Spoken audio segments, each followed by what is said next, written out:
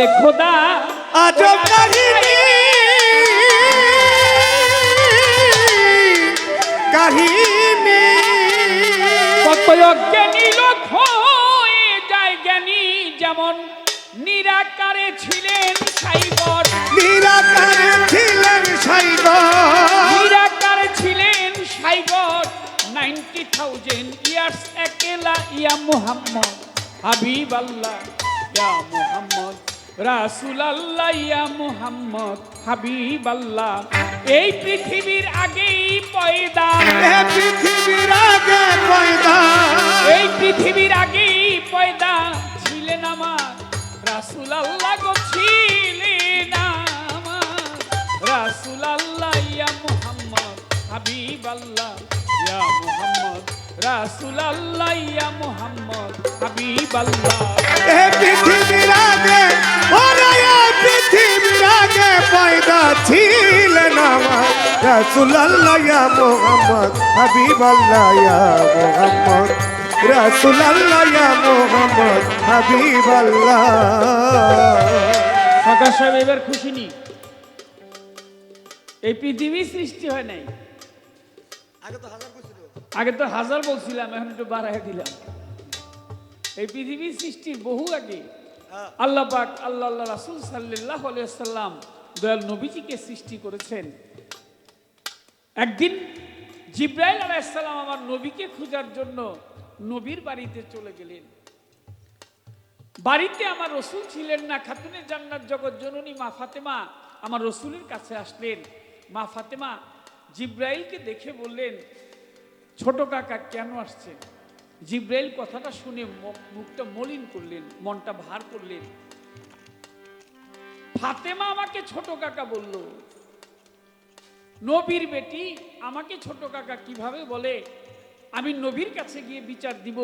জিবরাইল আলাইহিস সালাম নবীকে খুঁজতে লাগলেন। অবশেষে নবীকে গিয়ে মসজিদে নববীর বারান্দায় পেলেন। পেয়ে নবীকে সালাম তাজিম করে নবীর সামনে যখন দাঁড়িয়েছে, নবী জিজ্ঞেস করে, জিবরাইল তোমার মুখটা মলিন, মনটা ভার কেন?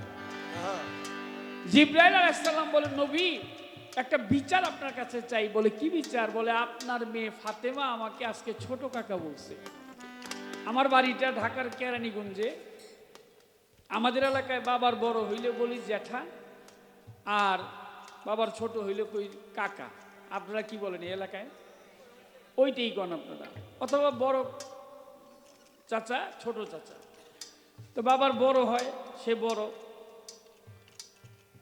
আমরা মানে আমার বাবা আর আমার জ্যাঠা দুইজন ভাই ছিল।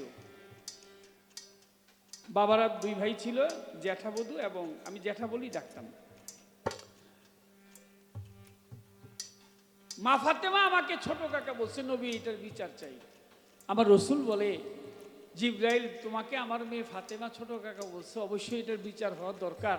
তবে তোমার কাছে জানতে চাই তোমার বয়স কত? জিবরাইল বলে, ইয়া রাসূলুল্লাহ আমার বয়স কত আমি জানি না, অগণিত অনন্ত অনেক সময় হয়েছে, অগণিত সময় চলে গেছে। তাহলে তুমি বলো না যে তুমি সর্বপ্রথম যখন তোমার সৃষ্টি হলো, সৃষ্টি হয়ে তুমি কি দেখেছো? জিবরাইল আলাইহিস সালাম বলে, আমি সৃষ্টি হয়ে আকাশের মধ্যে দেখেছিলাম তারা। বলে কি দেখলে? বলে তারা ঝলমল ঝলমল করে জ্বলছে 70,000 বছর পর্যন্ত। সুবহানাল্লাহ সুবহানাল্লাহ। বলে তারপর বলে দেখলাম অন্ধকার হয়ে গেছে, তারাটা নাই, অন্ধকার 70,000 বছর। বলে তারপরে বলে আবার দেখলাম তারাটা উঠেছে, ঝলমল ঝলমল করে জ্বলছে 70,000 বছর। বলে তারপর বলে আবার দেখলাম তারা নাই, অন্ধকার 70,000 বছর। আমার নবী বলে, জিবরাইল তুমি একবার বলো এইভাবে কতবার দেখছো? জিবরাইল আলাইহিস সালাম বলে, আমি সত্তার কসম খাই, জাতের কসম খাই, আল্লাহর কসম খাই, ডুবতে আর উঠতে আমি দেখছি এইভাবে 72,000 বার। সুবহানাল্লাহ সুবহানাল্লাহ। এখন চিন্তা করেন নবী আমার বয়স কত? আমার রসুল বলে, জিবরাইল সেই তারাটা তুমি দেখলে এখন চিনতে পারবে কিনা? জিবরাইল আমিন বলে, অবশ্যই আমার মনে আছে, যেহেতু আমি ওটা দেখেছি। আমার নবী বলে, জিবরাইল তুমি আমার পিছনে আসো। জিবরাইল নবীর পিছনে গেলেন। রাসূল আকরাম সাল্লাল্লাহু আলাইহি ওয়াসাল্লাম তার নূরের জামাটা উঠিয়ে দিলেন কাঁধের উপরে। জিবরাইল লক্ষ্য করে চেয়ে দেখে বাম কাঁধের আড়াআড়ি ঘাড়ের নিচে কবুতরের ডিমের নিয়ে কিছু কালো পশম দিয়ে ঢাকা, যাহাকে বলা হয়েছে মোহরে নবুয়ত। সবাই একবার চুম্বন করি। জিব্রাইল আলাইহিস সালাম বলে, ইয়া রাসূলুল্লাহ, আমি সৃষ্টি হয়ে সর্বপ্রথম এই তারাটি দেখেছি। সুবহানাল্লাহ। আমার রাসূল বলে, জিব্রাইল, আমার মেয়ে ফাতেমা তোমাকে ছোট কাকা বলছে, এর জন্য গোসা হয়েছে। তারার মধ্যে আমরা 5 জন ছিলাম আমি, ছিল আমার মেয়ে ফাতেমা, ছিল হযরত আলী করিমুল্লাহ ওয়াজহু আমার মেহের জামাই হযরত আলী, ছিল আমার বড় নাতি ইমাম হাসান, ছিল আমার ছোট নাতি ইমাম হোসেন। ইমাম হোসেনের চাইতো ছোট নাতির চাইতো বয়সে তুমি অনেক ছোট। সুবহানাল্লাহ বলবেন না? সরকার সাহেব কোনো কিছু সৃষ্টি করে নাই। সরকারকে আমি প্রশ্ন করেছিলাম একটা, বেলায়েত বস্তুটা এটা কি, আসল বিষয়টা কি? বলে বেলায়েত হইল এটা খোদা। বেলায়েত শব্দের অর্থ কি একটু বলবেন?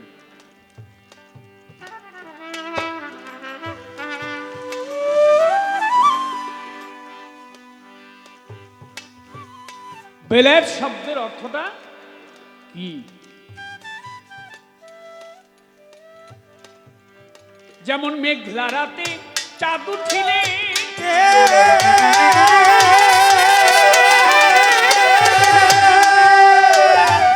ওই চাঁদকে ঢেকে রাখে মেঘের আড়ালে, যেমন মেঘলা রাতে চাঁদ উঠিলে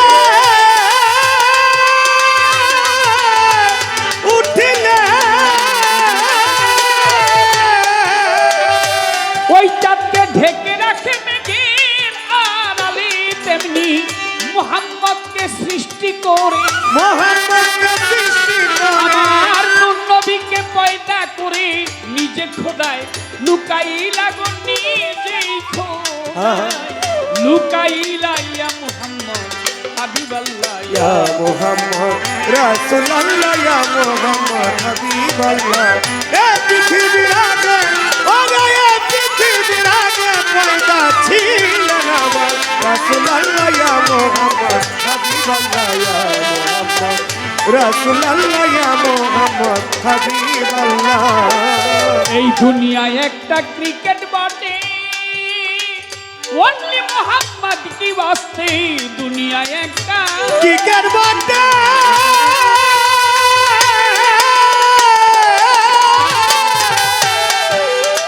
অনলি মোহাম্মদ কি বাস্তে, যিনি হবেন রিকমান্ডার, যিনি হবেন রিকমান্ডার, যিনি হবেন রিকমান্ডার, রোজ হাসরের পারের বেলারে বিদায়ের দিন, ওই ঠেকার বেলায় ইয়া মুহাম্মদ হাবিবাল্লাহ, ইয়া মুহাম্মদ রাসূলুল্লাহ, ইয়া মুহাম্মদ হাবিবাল্লাহ।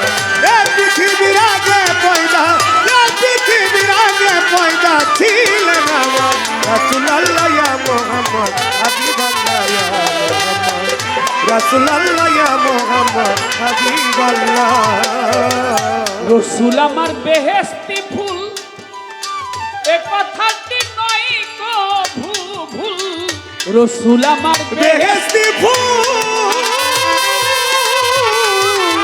বেহেশতি ফুল, রসুল আমার বেস্ট ফুল, এ কথাটি নয় কোন ভুল, যিনি হবেন রিকমান্ডার, অমন সহস্রগুণ বেটার দেন দিস মোহাম্মদ, কামলেওয়ালা রে দিস মোহাম্মদ, কামলেওয়ালা ইয়া মুহাম্মদ হাবিবাল্লাহ, ইয়া মুহাম্মদ রাসূলুল্লাহ, ইয়া মুহাম্মদ হাবিবাল্লাহ। এ পৃথিবীর আগে, ওরে এ পৃথিবীর আগে পয়দা ছিলেন আমার রাসূলুল্লাহ, ইয়া মুহাম্মদ হাবিবাল্লাহ, ইয়া মুহাম্মদ রাসূলুল্লাহ, ইয়া মুহাম্মদ হাবিবাল্লাহ। ও হে প্রভু দয়াল মাইটি,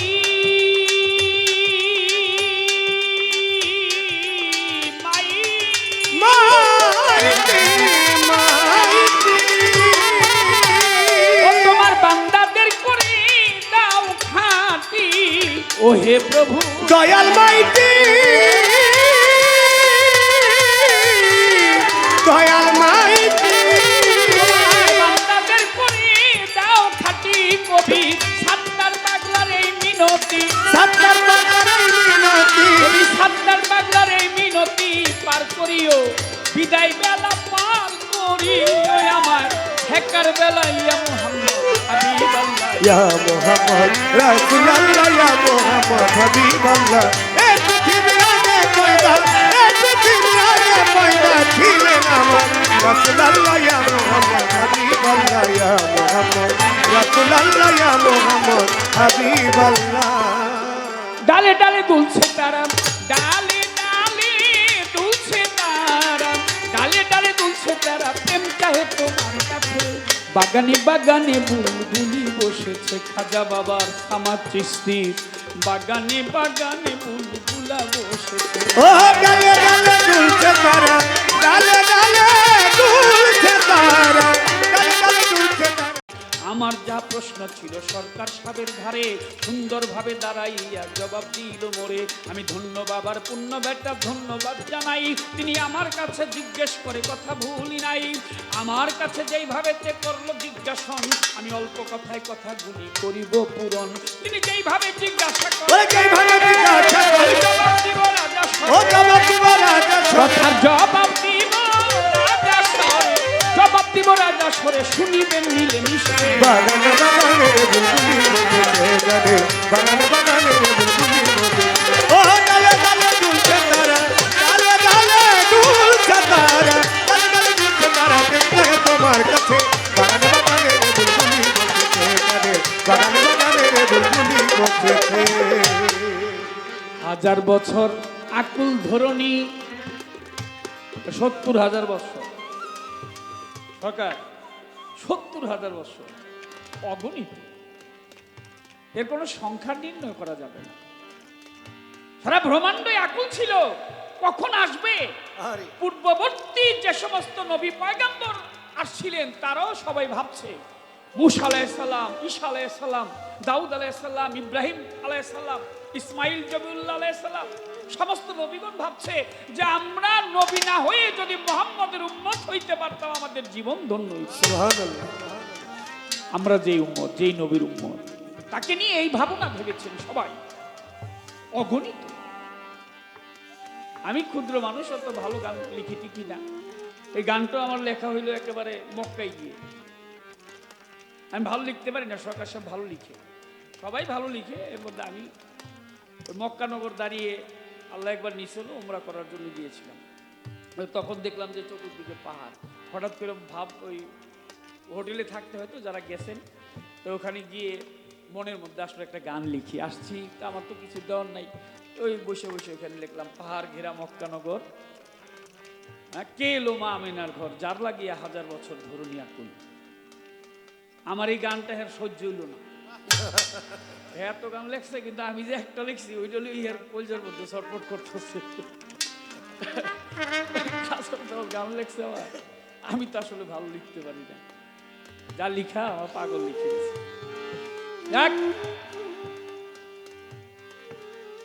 পয়েন্ট রেখেছে আমার কাছে,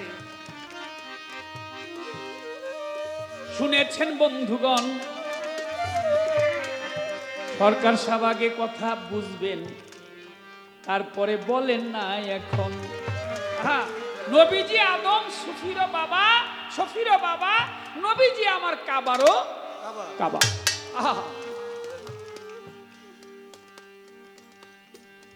দয়াল নবী যখন 6 মাসের গর্ভে ছিল,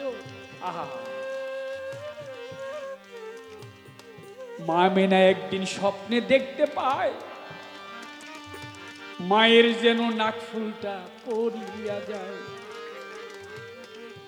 মা মেনা স্বপ্ন দেখে জুড়িল কান্দ,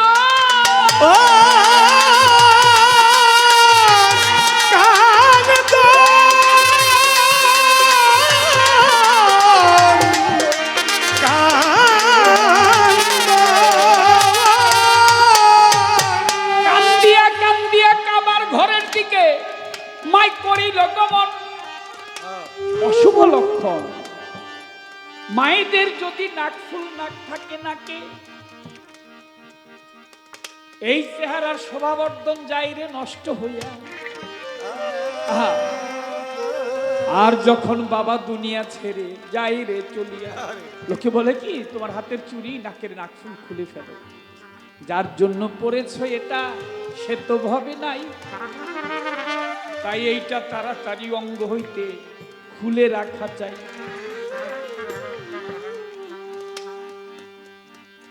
মা আমেনা কানতে কানতে মক্কার ঘরের সামনেতে গেল। ও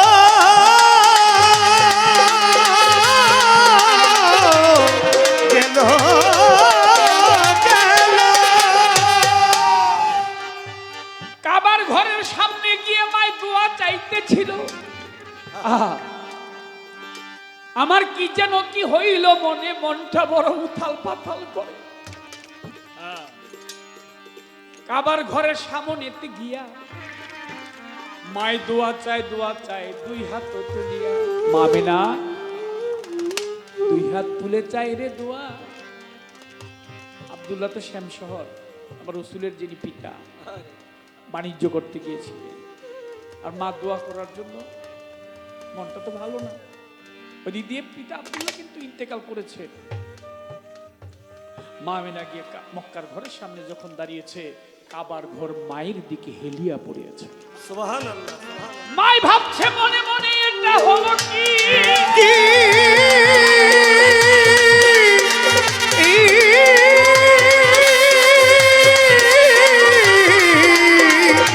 এটা হলো কি?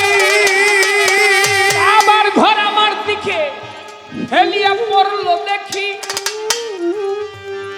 আমি আসলাম দোয়া চাইতে, কাবার ঘর ভাঙ্গা চুইরা পড়ে। মা আমেনা কাঁপতেছিল ওই দৃশ্য দেখে ডরে। হঠাৎ করে কাবা হইতে শব্দ আসলো। মা আমেনা তখন শুনতে পায় মানুষের মতো ওই কাবা মা আমেনার সাথে কথা কয়। সুবহানাল্লাহ। ও মা, তুমি ভয় পাচ্ছ কেন? তোমার দিকে হেলিয়া পড়িতেছি আমি কাবা এর জন্য, কারণ তোমার গর্বে যে অমূল্য সম্পদ, শ্রেষ্ঠ সম্পদ মুহাম্মদ সাল্লাল্লাহু আলাইহি ওয়াসাল্লামকে সম্মান করার জন্য আমি কাবা নিজে হেলিয়া পড়ি। আরে সুবহানাল্লাহ, সুবহানাল্লাহ। ইয়া রাসূলুল্লাহ। কাকা সাহেব, আমি বলছি নূর নবীজির প্রেমে কাবা হয়েছে উতালা। হাজরে আসওয়াদ পাথর, এটা লোকে বলে যে ওখানে চুম্বন দিলে সৌভাগ্য হয়েছিল, চুম্বন দিয়েছি। গুনাহ খাতার মাফ করার মালিক তো একমাত্র আল্লাহ, মাফ করবে কিনা সেই জানে। তবে হাজিদের কর্তব্য সেখানে গিয়ে হাজরে আসওয়াদ পাথরে চুম্বন করা। এটা চুমো দিতে দিতে আগে নাকি এটা সাদা ছিল, এখন কালো হয়ে গেছে, পাপ নিয়েছে। ও বাবা, হযরত ওমর মক্কা কাবার ঘরে হজ করতে গিয়ে হযরত আসওয়াদ পাথরের দিকে চেয়ে চেয়ে বলছিল, ওরে হযরত আসওয়াদ পাথর, তোর কি ক্ষমতা আছে তুই আমার গুনাহ মাফ করবি? আমিও ওমরের জন্য চুমো দিচ্ছি যে মুহাম্মদ সাল্লাল্লাহু আলাইহি ওয়াসাল্লাম তোমার উপরে পা রেখেছিল, পবিত্র কদম রেখেছিল।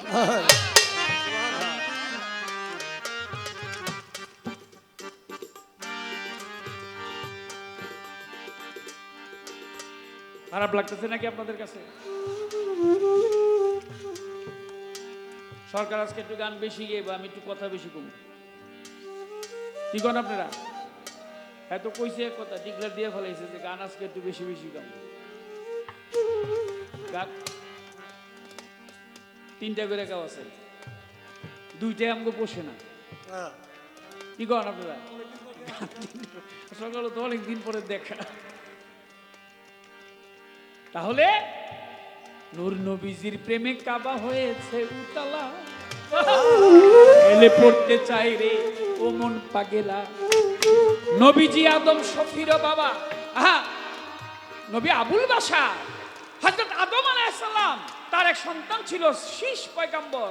শীষ পয়গম্বর তার পিতাকে প্রশ্ন করলেন যে বেহেশতের ভিতরে আমি গিয়ে দেখি ওই শাখায় শাখায় পরীদের পাখায় পাখায় সমস্ত জায়গার মধ্যে একটি নাম অঙ্কিত, সেই নামটি হচ্ছে মুহাম্মদ মুহাম্মদ মুহাম্মদ মুহাম্মদ সাল্লাল্লাহু আলাইহি ওয়াসাল্লাম। ইনি কে? তখন বাবা আদম তার উত্তরে বলেছিল, ইনি হচ্ছে মুহাম্মদ সাল্লাল্লাহু আলাইহি ওয়াসাল্লাম, যাকে সৃষ্টি না করলে আল্লাহ পাক তুমিও আসতাম না, আমিও আসতাম না। তার জন্যই নিখিল ব্রহ্মাণ্ড সারা বিশ্ব সৃষ্টি করেছে আল্লাহ পাক। সেই নবীর উম্মত আমরা। বাবা আদম বলেছে আমার রুহের পিতা দয়াল নবী বটে, আমার রুহের পিতা দয়াল নবী রাসূল আকরাম সাল্লাল্লাহু আলাইহি ওয়াসাল্লাম। এই কথাটি বলে দিলাম আপনার নিকটে। আমাদের জন্মদাতা বাবা তো আছেই, আমাদের আবার ইসলাম ধর্মের এক পিতা আছে যিনি ইব্রাহিম খলিলুল্লাহ। কথা ঠিক না বেটি? আমাদের আদি পিতা আদম আলাইহিস সালাম, তিনিও আমাদের পিতা। মানতে হবে মুসলমান হইলে। সরকার সাহেব, তাহলে আদম বলেছে আমার রুহের পিতা দয়াল নবী, এ কথা নয় মিথ্যা।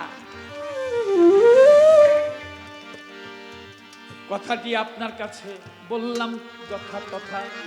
তিনি আরো কিছু কথা বলে, আরো কিছু কথা বলে, ভেবে কয় দেওয়ান কাজলে, ভেবে দেওয়ান কাজলে, ভেবে কয় দেওয়ান কাজলে বলিব তাহার কাছে। বাগানে বাগানে রে বুলবুলি বসেছে যাদের, বাগানে বাগানে রে বুলবুলি বসেছে।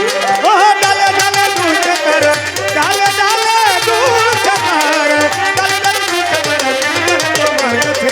বাগানে বাগানে রে বুলবুলি বসেছে খাজা বাবা, বাগানে বাগানে রে বুলবুলি বসেছে। ও ডালে ডালে দুলছে তারা, ডালে ডালে দুলছে তারা, ডালে ডালে দুলছে তারা, তোমার কাছে। বাগানে বাগানে রে বুলবুলি বসেছে যাদের, বাগানে বাগানে রে বুলবুলি বসেছে। নবুয়ত কত প্রকার তা হইল কি কি?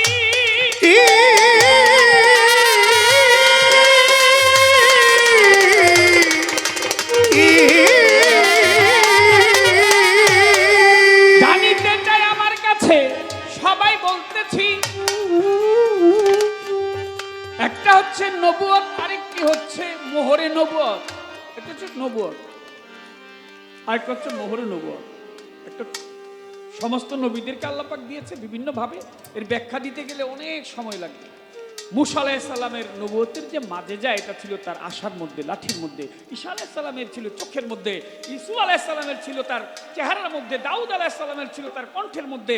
বিভিন্ন ভাবে আল্লাহ পাক নবুয়তি দান করেছে, নবুয়তের মাঝে যে দান করেছে।